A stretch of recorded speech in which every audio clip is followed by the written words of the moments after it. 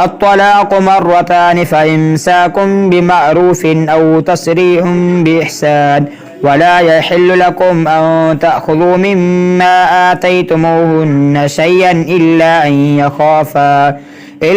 يخافا ألا يقيما حدود الله فإن خفتم ألا يقيما حدود الله فلا جناح عليهما فيما افتدت به